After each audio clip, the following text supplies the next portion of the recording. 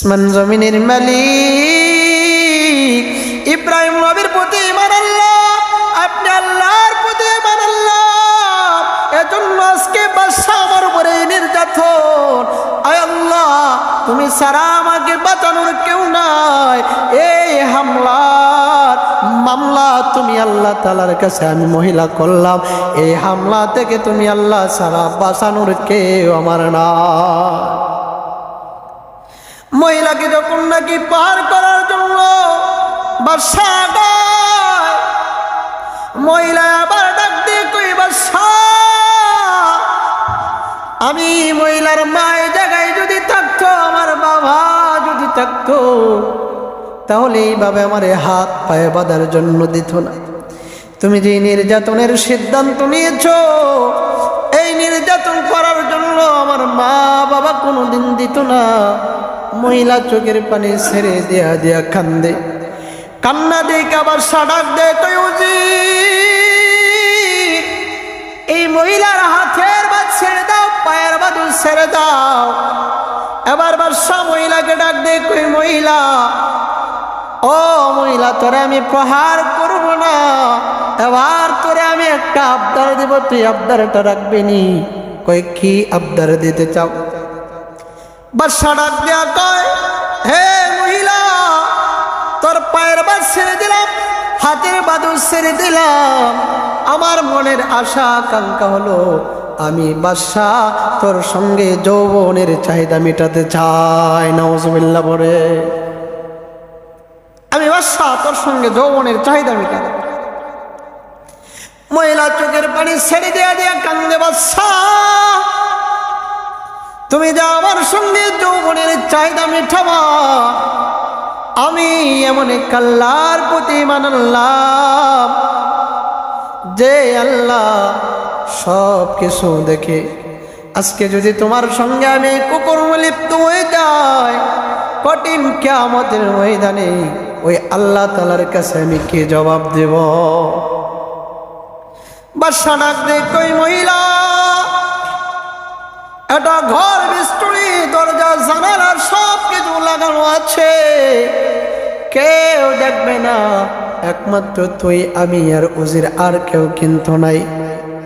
মহিলা ডাক দেখে, আমি এমন আল্লাহর প্রতি ঈমান আনলাম যে আল্লাহ শুধু এই ঘর কেন, সিন্ধুকের ভিতরে যদি আমাকে ঢুকানো হয়, পৃথিবীর যা প্রযুক্তি আছে যে কোনো জায়গায় যদি ঢুকানো হয়, আমার আল্লাহ সেই জায়গা পর্যন্ত দেখার শক্তি আছে।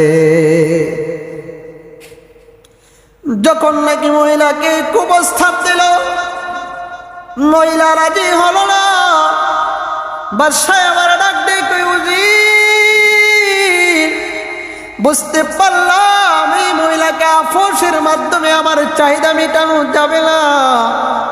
কয় আপোষের মাধ্যমে যেহেতু দিল না, ওই মহিলাকে জোর করে কিন্তু আমার চাহিদা মেটাতে হবে। আবার এই বাদশা সিদ্ধান্ত নিল, জোর করে মহিলার সঙ্গে কুকর্মে লিপ্ত হয়ে যাবে।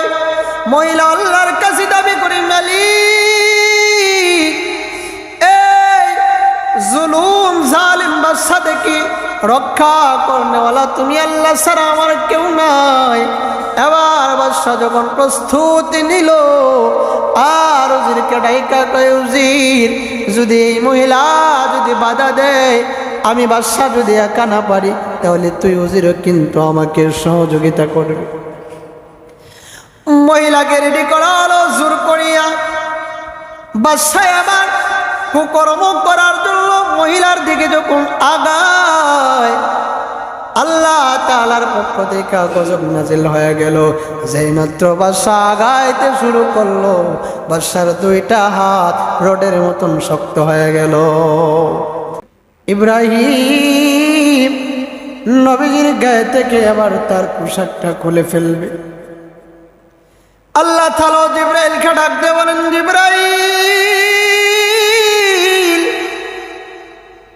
যাও আমার পয়গম্বর ইব্রাহিমের গায়ে থেকে দুনিয়ার পোশাক কাজর টাকর খুলে, ও জিবরাইল, যাও তুমি জান্নাত থেকে পোশাক নিয়া আমার ইব্রাহিমের গায়ে জান্নাতি পোশাক পরায়া দাও।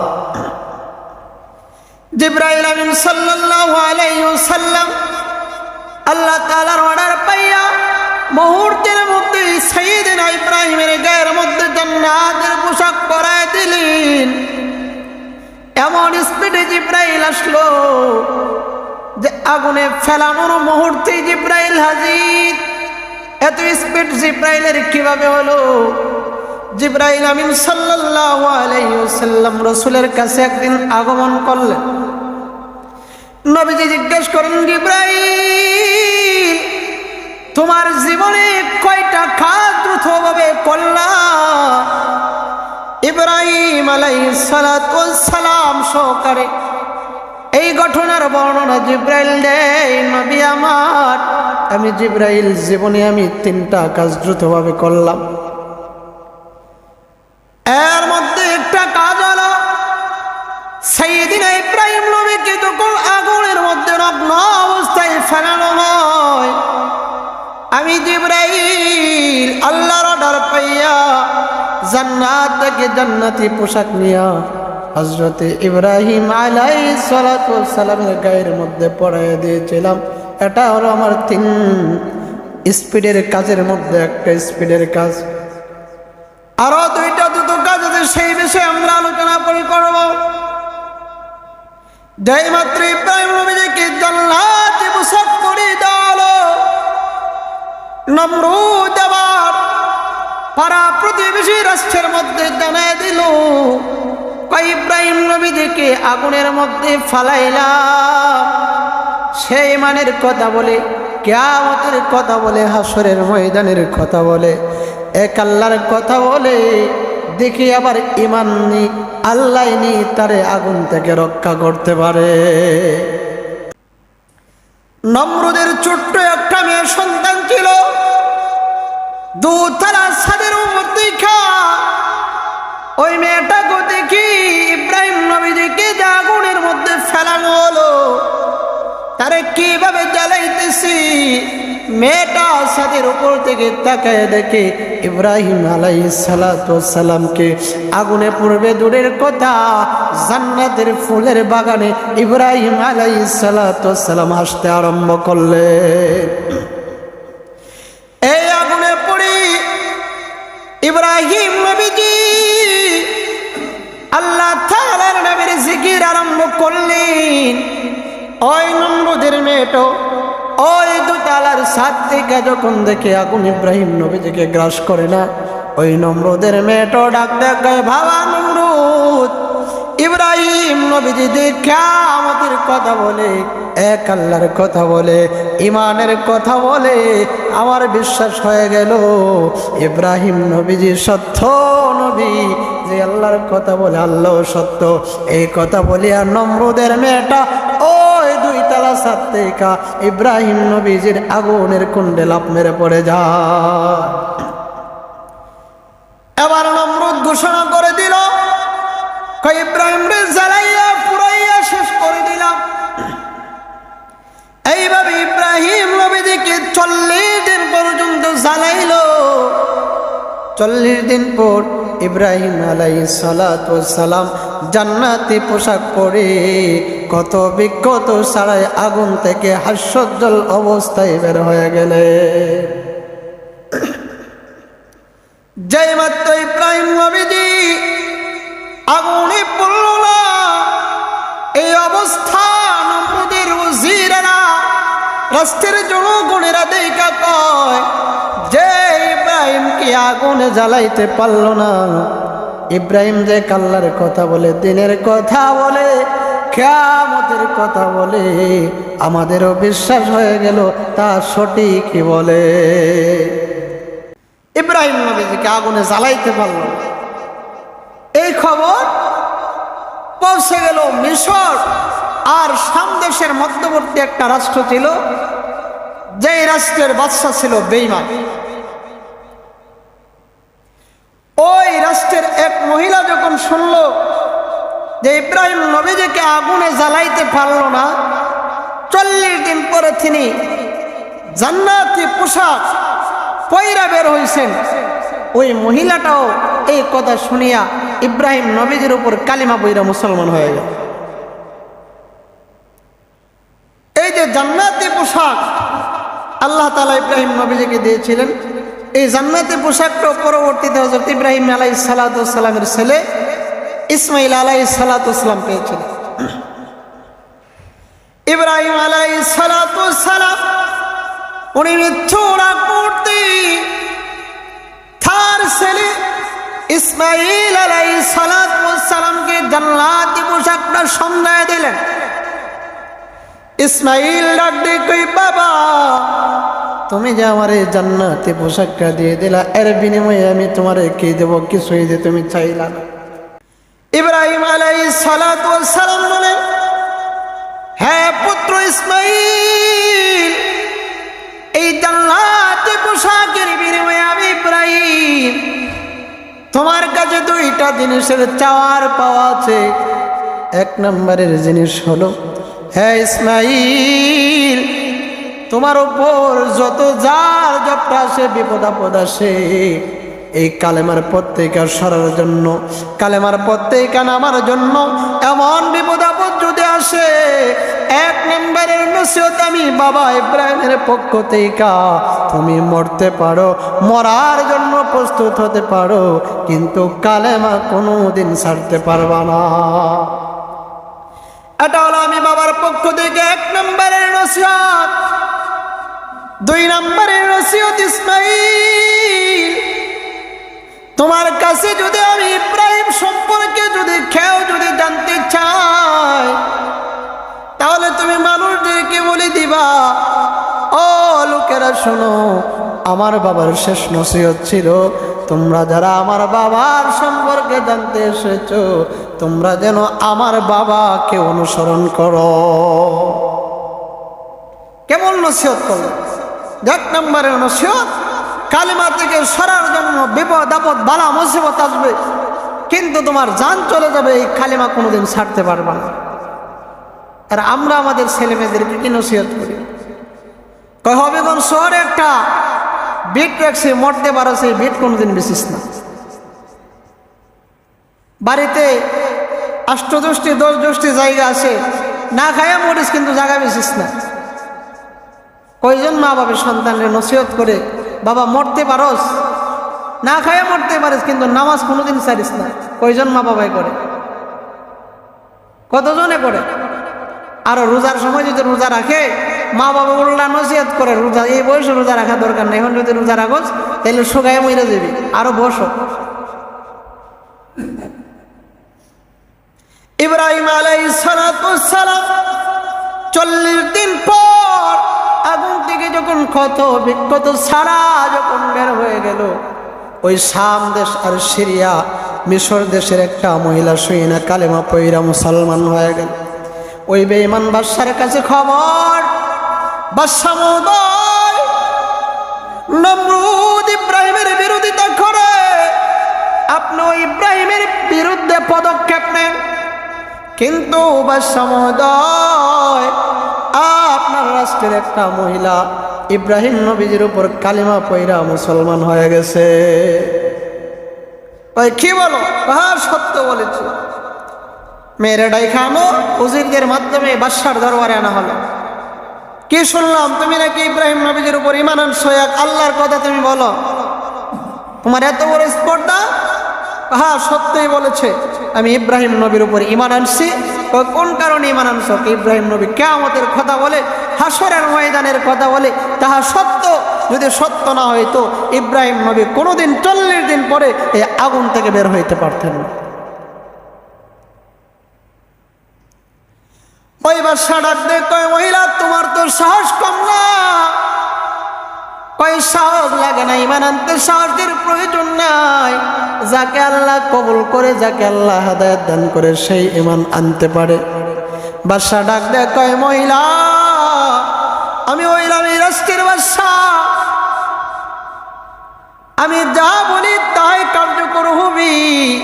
তুমি ইব্রাহিম নবীজির ঈমান ছেড়ে দাও, এক আল্লাহর প্রতি থেকে বিশ্বাস ছেড়ে দাও। যদি ছেড়ে দাও তাহলে এই রাষ্ট্রের সবচাইতে শিক্ষিত সবচাইতে ধনাঢ্য একটা পুরুষের সঙ্গে তুমি মহিলার বিবাহের ব্যবস্থা করে দেব। মহিলা ডাক দিয়ে কই বাদশা, আমি বড় শিক্ষিত চাই না, বড় ধনাঢ্য কোনো পুরুষ আমি চাই না। ইমান নিয়ে যদি আমি না খায়া যদি মরি, দুনিয়ায় যদি কষ্ট আমার পাওয়ার হয় আমি কষ্ট লাঘব করতে রাজি আছি, কিন্তু ইব্রাহিম নবীর উপর ইমান আনছি, এই ইমান থেকে কোনোদিন সরব না। সরবা না? তাহলে আমার এই রাজত্বের অর্ধেক বাদশাহী তোমারে দিয়ে দিলাম। মহিলা ডাক দিয়ে কই বাদশা, শুধু এই রাজত্বের অর্ধেকের কথা বলেছ, তুমি বলো তোমার রাজ্যের পুরোটা রাজত্ব আমারে দেবা কিনা? বাদশা ডাক দিয়ে কয় মহিলা দাও, আমার এই রাষ্ট্রের পুরো রাষ্ট্রের রাজশাহী রাজত্ব তোমারে দিয়ে দিলাম, তারপরও তুমি ইব্রাহিম নবীর ধর্ম থেকে ফিরে আসো। মহিলা ডাক দেয় কয় বাদশা, তুমি তো এই রাজ্যের কথা বলেছ, তোমার রাষ্ট্রের কথা বলেছ, ও বাদশা আমি স্পষ্টভাবে শুনিয়ে দেয় সূর্য পূর্ব দিগন্ত থেকে উঠে পশ্চিম দিগন্ত অস্ত যায়, এই এরিয়ার ভিতরে তামাম পৃথিবীর রাজত্ব যদি আমি মহিলাকে দেয়, এরপরেও আমি মহিলা এই রাজত্বের রূপে কোনোদিন ইব্রাহিম নবীজির ধর্ম ছাড়ব না। এবার মহিলা যখন এই কথা জানায় দিল, বাদশা এবার সিদ্ধান্ত নিল ওই মহিলার এইভাবে ইমান থেকে সরানো যাবে না, ওই তারা কষ্ট দিতে হবে। কয় কিভাবে কষ্ট দিবি? উজিরকে ডাকা হলো, উজির এই মহিলারে নিয়ে একটা ঘরের ভিতরে ঢুকাও। মহিলারে নিয়ে ঘরের ভিতরে ঢুকাইলো, তার হাত বাঁধো পাও বাঁধো। এই মহিলার হাত বাঁধা হলো, পাও বাঁধা হলো। এবার বাদশা যখন নাকি বেতনিয়া ওই মহিলার দিকে আগায়, মহিলাকে নির্যাতন করবে, মহিলাকে প্রহার করবে, মহিলা এমন সময় আসমানের মালিকের কাছে দোয়া করে, আসমান জমিনের মালিক, ইব্রাহিম নবীর প্রতি ঈমান আল্লাহ, আপনি আল্লাহর প্রতি ঈমান আল্লাহ, এজন্য আজকে বাদশা আমার উপরে নির্যাতন। আয় আল্লাহ, তুমি ছাড়া আমাকে বাঁচানোর কেউ নাই, এই হামলার মামলা তুমি আল্লাহ তাআলার কাছে আমি মহিলা করলাম, এই হামলা থেকে তুমি আল্লাহ ছাড়া বাঁচানোর কেউ আমার না। মহিলাকে যখন নাকি পার করার জন্য বাদশা ডাক, মহিলা আবার ডাক দিয়ে কই বাদশা, আমি মহিলার মায়ের জায়গায় যদি থাকতো, আমার বাবা যদি থাকতো, তাহলে এইভাবে আমার হাত পায়ে বাঁধার জন্য দিত না। তুমি যে নির্যাতনের সিদ্ধান্ত নিয়েছ, এই নির্যাতন করার জন্য আমার মা বাবা কোনোদিন দিত না। মহিলা চোখের পানি ছেড়ে দেয়া দেয়া কান্দে, কান্না দেখে আবার সাডাক দেয় কই উজির, এই মহিলার হাতের বাদ ছেড়ে দাও, পায়ের বাদু ছেড়ে দাও। এবার বাদশা মহিলাকে ডাক দেয় কই মহিলা, ও মহিলা তোরে আমি প্রহার করব না, এবার তোরে আমি একটা আবদার দেব, তুই আবদারটা রাখবি নি? কই কি আবদার দিতে চাও? বাদশা ডাক দেয়া কয়, হে মহিলা, তোর পায়ের বাদ ছেড়ে দিলাম, হাতের বাদু ছেড়ে দিলাম, আমার মনের আশা আকাঙ্ক্ষা হলো আমি বাদশা তোর সঙ্গে যৌবনের চাহিদা মেটাতে চাই। নাউজুবিল্লাহ বলে, আমি বাদশা তোর সঙ্গে যৌবনের চাহিদা মেটাতে। মহিলা চোখের পানি ছেড়ে দেয়া দেয়া কান্দে, বাদশা তুমি যা আমার সঙ্গে যৌবনের চাহিদা মেটাবা, আমি এমন এক আল্লাহর প্রতি ঈমান আনলাম যে আল্লাহ সব কিছু দেখে। আজকে যদি তোমার সঙ্গে আমি কুকর্মে লিপ্ত হয়ে যাই, কঠিন কিয়ামতের ময়দানে ওই আল্লাহ তাআলার কাছে আমি কি জবাব দেব? বাদশা ডাক দে কই মহিলা, এটা ঘর বিস্তুরি দরজা জানালা সব কিছু লাগানো আছে, কেউ দেখবে না, একমাত্র তুই আমি আর উজির, আর কেউ কিন্তু নাই। মহিলা ডাক দেখে আমি এমন আল্লাহর প্রতি ঈমান আনলাম যে আল্লাহ শুধু এই ঘর কেন, সিন্ধুকের ভিতরে যদি আমাকে ঢুকানো হয়, পৃথিবীর যা প্রযুক্তি আছে যে কোনো জায়গায় যদি ঢুকানো হয়, আমার আল্লাহ সেই জায়গা পর্যন্ত দেখার শক্তি আছে। যখন নাকি মহিলাকে কুপ্রস্তাব দিল, মহিলা রাজি হলো না। বাদশাহ আমার ডাক দিয়ে কই উজির, বুঝতে পারলাম এই মহিলাকে আপোষের মাধ্যমে আমার চাহিদা মেটানো যাবে না। কয় আপোষের মাধ্যমে যেহেতু দিল না, ওই মহিলাকে জোর করে কিন্তু আমার চাহিদা মেটাতে হবে। আবার এই বাদশাহ সিদ্ধান্ত নিল জোর করে মহিলার সঙ্গে কুকর্মে লিপ্ত হয়ে যাবে। মহিলা আল্লাহর কাছে দাবি করে, মালিক এই জুলুম জালিম বাদশা থেকে রক্ষা করনেওয়ালা তুমি আল্লাহ ছাড়া আমার কেউ নাই। এবার বাদশা যখন প্রস্তুতি নিল, আর উজিরকে ডাইকা কয় উজির, যদি এই মহিলা যদি বাধা দেয়, আমি বাদশা যদি একা না পারি, তাহলে তুই উজিরও কিন্তু আমাকে সহযোগিতা করবি। মহিলাকে রেডি করা হলো জোর করিয়া। বাদশা আবার কুকর্ম করার জন্য মহিলার দিকে যখন আগায়, আল্লাহ তাআলার পক্ষ থেকে গজব নাজিল হয়ে গেল। যেই মাত্র বাদশা আগাইতে শুরু করলো, বাদশার দুইটা হাত রোডের মতন শক্ত হয়ে গেল, আর সামনে আগাইতে পারে। এবার তোমার সহত বন্ধ হয়ে গেল। হাইরে কি হয়ে গেল?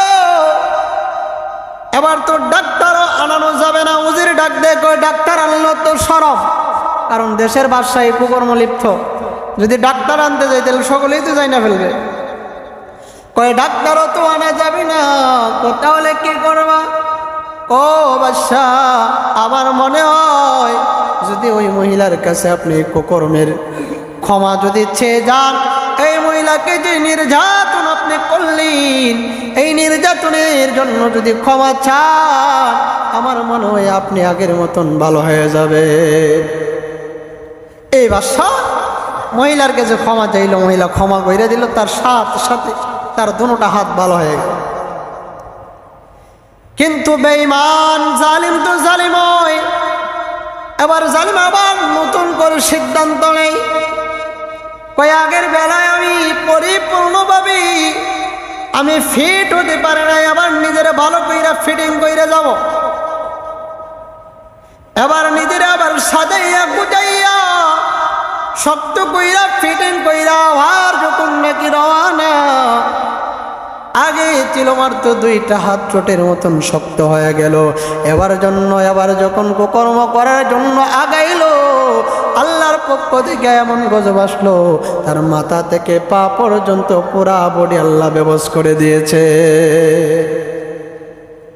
এবার আর লড়তেই পারেন। আগে তো হাত কি পা লড়াইতে পারতো, এখন পুরা বডি বেবস হয়ে গেছে।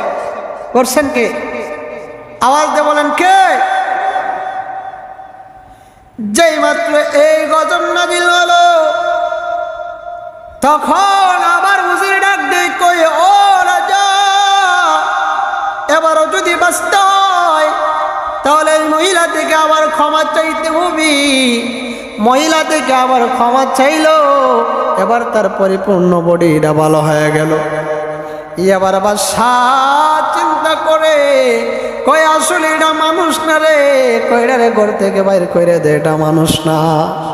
আল্লাহ কই, এটাই মানুষ, তুই এটারে চিনছিস? আসল মানুষ কে? উনি আসল মানুষ, তুমি কি তারে চিনছ না? এবার উজিরে ডাক দিয়ে কই, বাদশাহ তারে যখন বের কইরা দিব, এখন সে বাইরে তো আরো দিনের দাওয়াত দিব, ইব্রাহিম নবীজির কথা বলবো, এক আল্লাহর দিনের দাওয়াত দিব। এখন তারে যদি এই অবস্থায় যদি ছাইরা দেওয়া হয়, আপনিও পারলেন না তারে শাসন করতে, বাদশাহ আমি কি শাসন করব? আমি কি সাইজ তারে করবো? দেখো না, সাইজ করতে যাই আমি নিজেই সাইজ হয়ে যাই। তাইরে সাইজ করতে যায় কি বাদশা নিজেই সাইজ হয়ে যায়। কয় যদি তারা এইভাবে যদি ছেড়ে দেওয়া হয় তাহলে সে বাসায় বাসায় রাষ্ট্রের মধ্যে এক কালিমার দাওয়াত দিতে আরম্ভ করবে। দিনের দাওয়াত সে দিনে দিনে আরো বাড়ায় দেবে। তাহলে কি করা যায়? ওই এই মহিলারে এমন একটা ঘরে রাখা যায়, কারাগারের মধ্যে জীবিত অবস্থায় কারারুদ্ধ করে রাখা যায়। ওই এমন ঘরের মধ্যে রাখবা যেই কারাগারের মধ্যে মশা মাছি ভরা, যেই কারাগারের মধ্যে গাছগুলো উঠছে, নোংরা একটা জায়গায় রাখবা, মশা মাছি তারে কামড়াইব, সে অশান্তি ভাবে থাকবি। আর ইব্রাহিম নবীজির দিনের কথা দিন দিন বইলা যাবে। আর যদি তার এইভাবে যদি ছেড়ে দাও তাহলে সে রাস্তায় রাস্তায় পাড়ায় পাড়ায় যাইয়া দিনের দাওয়াত দেয়। এই কাজই তো 16 বছর করেছে স্বৈরাচার শেখ হাসিনা। ওলামায়ে কেরাম দিনের কথা বলছে, হক কথাগুলো বলছে, তারারে বন্দি কইরা কইরা এমন জায়গায় নিয়ে রাখছে যে জায়গায় নিম্নমানের আসামিরও রাখা হয় না। এমন জায়গার মধ্যে এই দেশের শীর্ষস্থানীয় বড় বড় ওলামায়ে কেরামদেরকে নিয়ে রাখছে। তাইলে নমরুদের আর ওই বেঈমান বাদশার যে চিন্তা ধারণা ছিল এই বাংলাদেশের স্বৈরশাসক শেখ হাসিনারও সেই চিন্তাধারা ছিল। তাইলে নমরুদ আর শেখ হাসিনার চিন্তাধারার মধ্যে কোনো কি নাই, পার্থক্য নাই। আলোচনা কি আছে মদুল্লি সাহেব? নাই না? তাহলে আমরা বয়ান চলো।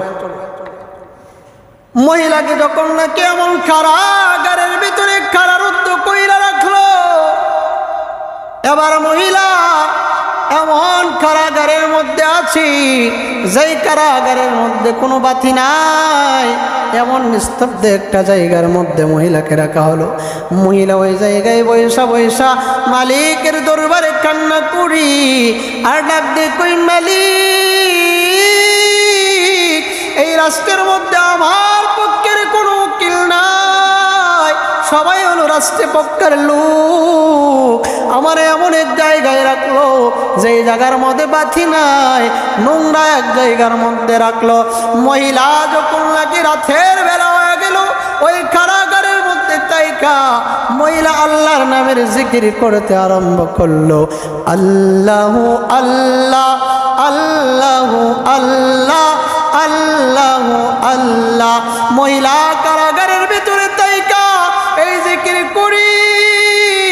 পুলিশ আবার রাতের বেলা লক্ষ্য কইরা দেখে ওই মহিলারে যে কারাগারে রাখলাম এই কারাগারে কোনো বাতি নাই, কোনো সাথে নাই, দেখি তার কি অবস্থা। পুলিশেরা কই আমরা যাইয়া দেখি ওই কারাগারের মধ্যে এমন একটা লাইটের আলো দেখা যায়, আজ পর্যন্ত এই কারাগারের মধ্যে এমন আলো আমরা কোনো দিন দেখি নাই। ব্যবস্থা কে করছেন? বাস্তবে কি লাইট আছে? বাস্তবে কোনো লাইট নেই, আল্লাহ তাআলার পক্ষ থেকে ব্যবস্থা। এইভাবে ওই মহিলাকে কষ্ট দিতে আরম্ভ করলো। আর ওই দিক দিয়ে ইব্রাহিম নবী 40 দিন পর আগুন থেকে বের হইয়া ইরাক থেকে সফর আরম্ভ করলো। যাইতে যাইতে ওই রাষ্ট্র দিয়া যখন যায়, ইব্রাহিম নবী আর তার বিবি সারা দুজনকে ওই রাষ্ট্রের প্রধান বন্দি কইরা এবার জেলের মধ্যে ঢুকাইয়া দিল। ওই জেলে ঢুকাইলো যেই জেলের মধ্যে ইব্রাহিম নবীর উপর ঈমান আনছিল যেই মহিলা, এতক্ষণ যার কথা বলছি, ওই কারাগারের মধ্যে ইব্রাহিম আর তার বিবি সারাকে ঢুকাইয়া দিল। ইব্রাহিম নবীকে রাখলো পুরুষদের ছেলে, আর সারা আলাইহিস সালামকে রাখলো মহিলাদের ছেলে। মহিলাদের ছেলে একমাত্র ওই মহিলা ছাড়া আর কোনো মহিলা নাই। এই মহিলা যাইয়াগে দেখে সারা আলাইহিস সালাম ইব্রাহিম নবীজির বড় বিবি, যে মহিলা একা, সে এই একা কারাগারে বৈশা বৈশা আল্লাহর কাছে দোয়া করে। কি দোয়া করে? আসমানের মালিক, আপনার কাছে আমি 3টা দোয়া করি, এর মধ্যে একটা দোয়া হলো আমি মহিলা যে ইব্রাহিম নবীজির কথা শুই না, যে ইব্রাহিম নবীজির উপর ঈমান আনলাম, আমি মরণের আগে যেন ওই ইব্রাহিম নবীকে একবারে দেখতে পারি। এই হলো 1 নম্বরের দোয়া। 2 নম্বরের দোয়া হলো, ও মালিক, আমি মহিলাকে দুনিয়ার জগতে যার সঙ্গে বিবাহ বন্ধনে আবদ্ধ করাইবা, এমন একটা পুরুষের সঙ্গে আমার বিবাহ বন্ধন করাইবা, যে পুরুষটা আখিরাতে যাইয়া দুনিয়াতে জান্নাতের কাজ করবে, আখিরাতে জান্নাতে যাবে। আমি মহিলাও ওই জান্নাতে স্বামীর সঙ্গে জান্নাতে থাকতে চাই। 3 নম্বরের দোয়া হলো, মালিক, আমার এই কারাগার থেকে আপনি কোন দিন মুক্তি করবা? এই 3টা দোয়া যখন মহিলা কারাগারে বৈশা বৈশা করি, ইব্রাহিম নবীজির বিবি সারা আলাইহিস সালাতু ওয়াস সালাম উনি সব কিছু শুনতেছেন। সারা ডাক দেয়, কই মহিলা, তোমার তো মনের তামান্না হলো ইব্রাহিম নবীজিকে জীবনে যেন একবার দেখতে পারো, আর এমন একটা পুরুষের সঙ্গে তোমার বিবাহ হইতো, যে পুরুষটা জান্নাতি হইতো। ও মহিলা, তোমার একটা কথা আমি বলি, এই মুহূর্তে যদি ইব্রাহিম নবীজির সঙ্গে যদি তোমার বিবাহের ব্যবস্থা করি, তাহলে তুমি রাজি আসনি? কি বলেন, রাজি হইবনি? ইব্রাহিম নবীজির সঙ্গে বিবাহের ব্যবস্থা করব, রাজি হইবনি? এই ইব্রাহিম নবীজির জন্যই তো তার এত ত্যাগ, এই জেল খাটতেছে, বাদশার নির্যাতন সহ্য করতেছে। মহিলা ডাক দেয়, কয় এটা আবার জিগানো লাগে, এরকম ব্যবস্থা যদি করো তাহলে তো আলহামদুলিল্লাহ। মহিলা ডাক দেয়, কয় ও সারা, এই ব্যবস্থা তুমি যদি করো, এই রাষ্ট্রের মধ্যে আইন হলো ভিন্ন রকম। কয় যেমন তেমন ভাবে বিবাহ হয় না, বিয়ের রীতিনীতি এই জায়গায় আলাদাভাবে। কয় কিভাবে বিয়ে হয়? এই দেশের বিয়ের সিস্টেম হলো, যে মহিলাকে বিয়ে দেওয়া হবে সরকারিভাবে ঘোষণা করা হবে, একজন মেয়ে রূপসী সুন্দরীকে বিয়ে দেওয়া হবে, পাত্ররা এটা রেডি হয়ে থাকবে, যেই পাত্রকে এই মহিলা চয়েস করবে ওই পাত্রের সঙ্গে এই মহিলার বিয়ে দেওয়া হবে। ইব্রাহিম আলাইহিস সালাতু ওয়াস সালামের সঙ্গে বিবি সারা গিয়ে যোগাযোগ করলেন যে, স্বামী, এই জায়গায় একটা সুন্দর রূপসী একটা কন্যা আছে, আমার ঘরে তো বাচ্চা কাচ্চা হয় না, এই মহিলার আজকে একটা সিদ্ধান্ত নেবে যে বিয়ের একটা রীতিনীতি এই দেশে আছে, যে মহিলা বিয়ের জন্য প্রস্তুতি থাকবে, এই দেশের রাষ্ট্রের ছেলেরা তারা পাত্র সাইজে আসবে, মহিলা যাকে চয়েস করবে তার কাছে মহিলার বিয়ে হবে। স্বামী, যদি এই রীতিনীতি যদি আরম্ভ হয়, তাহলে পুরুষদের জামাইদের পাত্রদের কাতারে আপনি ইব্রাহিম নবীও দাঁড়ায়। সরকারিভাবে ঘোষণা হয়ে গেল যে রূপসী সুন্দরী একজন মেয়েকে বিয়ে দেওয়া হবে, পাত্র যারা আছে সবাই রেডি হয়ে আইসে। এখন সব এমপি মন্ত্রীর ছেলেরা ভিআইপি ভাবে সাইজা গুইজা সেই, এরপরে মনে করেন বিভিন্নভাবে যে যেভাবে সাজার, এমপি মন্ত্রীর ছেলেরা বুঝেনি তো কীভাবে সাজবো, বিভিন্নভাবে সাইজা গুইজা আসছে, পাত্রের কাতারে দাঁড়াইলো, সুন্দরী রূপসী মেয়েকে বিয়ে করবে। আর এই কাতারে যাইয়া সাইয়েদনা হযরত ইব্রাহিম নবীও দাঁড়াইলেন। এখন এমপি মন্ত্রীর ছেলেরা সবাই যখন এই দাড়িওয়ালা আর পাগড়িওয়ালা পাঞ্জাবিওয়ালা হুজুরদের দেখছে, একজন আর একজনের টিটকারি মস্কারি করে, কই কিরে, আমরা হলাম এমপি মন্ত্রীর ছেলে, এই জায়গায় দিয়ে বুড়া বেড়া দাড়িওয়ালা পাগড়িওয়ালা পাঞ্জাবিওয়ালাও দাঁড়াইছে, এরা হিটলারি করতেছে। একটা জিগায়, কেউ মুরব্বী, আপনি কে লেগে দাঁড়াইছেন? আপনারা যার লেগে দাঁড়াইছেন, আমিও তার লেগে দাঁড়াইছি। আমরা এমপি মন্ত্রী ছেলে এইভাবে সাইজা গুইজা আসছি, আমাদের মনের সন্দেহ যে আমরা এনে মহিলা পছন্দ করবো, আর তুমি মোল্লা বেড়ারে বুড়া বেড়ারে কি চয়েস করবো? আর ফিডা খাওয়ার দরকার নাই, লাইন চাইরে আপনি আপনার পথে যান। ফিডা খাইলে আমি খাইমো, তোমরার কি হয়েছে? ইব্রাহিম নবী কি বলেন? ফিডা খাইলে আমি খামো, তোমরার কি হয়েছে? লাইনে দাঁড়াইলো। এবার পাত্ররা একে একে ঘরের ভিতরে যায়, মহিলা যারে চয়েস করবে তার সঙ্গে কি তার বিয়ে হবে। প্রথম এক যুবক যায় ঢুকলো, এই মহিলা একবার তাকাইলো, তাকানোর পরে দ্বিতীয়বার আর তাকাই না। পুরুষ ঘর থেকে বের হয়ে আসলো। এমপি মন্ত্রীর ছেলেরা পাত্ররা জিজ্ঞেস করে, কিরে ভাই গিয়েছিল ভিতরে কি অবস্থা? কই মহিলা একবার তাকাইছিল আর দ্বিতীয়বার এত সময় ছিলাম তাকাইবে দূরের কথা, তাকানোর কোনো ভাবভঙ্গি ভাই দেখিনি।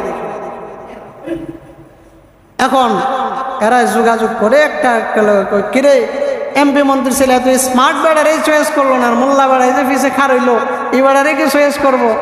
ওই মোল্লা বেড়া দেখছো নি এত স্মার্ট বেড়ারে চয়েস করছে না, এখনো সময় আছে, লাইন থেকে তুমি সরো।